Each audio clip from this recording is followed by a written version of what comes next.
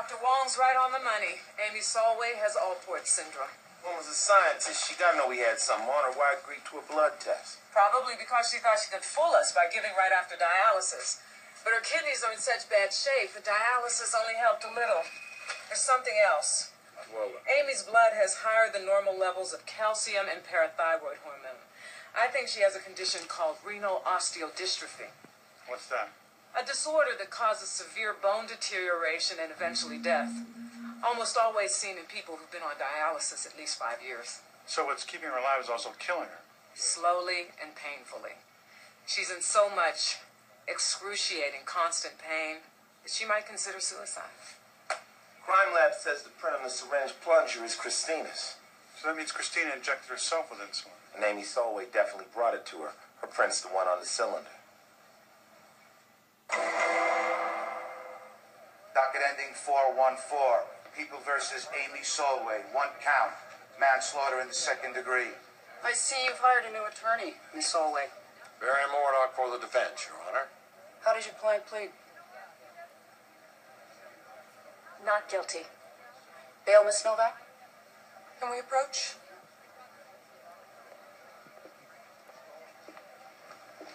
The people believe Miss Solway is a suicide risk. Based on what? The pain caused by her debilitating bone disease. So you want to keep an eye on her for her own protection. That's unfair, Your Honor. What my client needs is continued access to her dialysis 3 days a week. We still have. In the prison ward of Bellevue Hospital, along with 3 squares a day and indoor plumbing. Step back. Defendant is remanded without bail.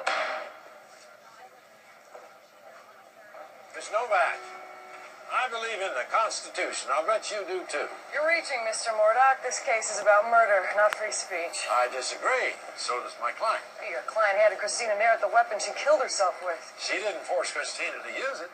Law doesn't make that distinction. The law in this case is the problem, not what Amy Solway did. Your client's not a violent, cold-blooded killer. We may be open to a deal.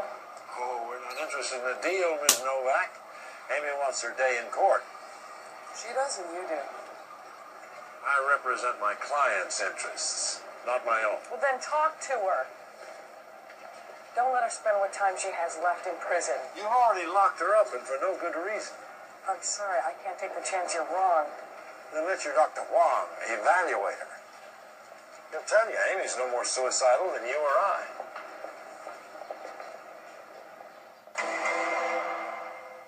You have Alport syndrome, so you've been deaf since you were born. Was it hard growing up that way? No. My father was deaf, so I've never known anything else. Even the kidney failure didn't bother me because I knew it was coming. What I wasn't ready for was the pain. Are you on the list for a kidney transplant? Yeah. But they haven't found a match for me yet. The pain is what made me first think about suicide. Did you talk to a therapist? 3.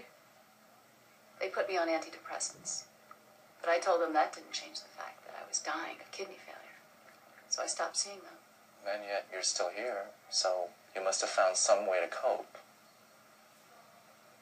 I started a blog. People responded. Turned into my own little community of support. Is that how CatchingTheTrain.com started? Yes. One day someone wrote that she wanted to kill herself. She was suffering mentally, not physically. What did you tell her? To get help. That she should be thankful that she wasn't dying. She wrote back and asked me who was I to assume that her suffering couldn't be as bad or worse than mine.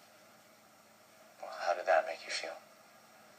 I realized that I was judging her, just like the shrinks judged me. So I wrote back, and I told her she was right. That I supported her choice. But you did more than that with Christina Merritt. You helped her die. She could have been helped to want to live. You believe that suicide's wrong because it's your job to save people. Medicine and psychiatry are about how to improve the quality of life, not how to end it. Antidepressants and therapy never worked for me. I still think about suicide every day. But something keeps you from doing it. those people on the internet?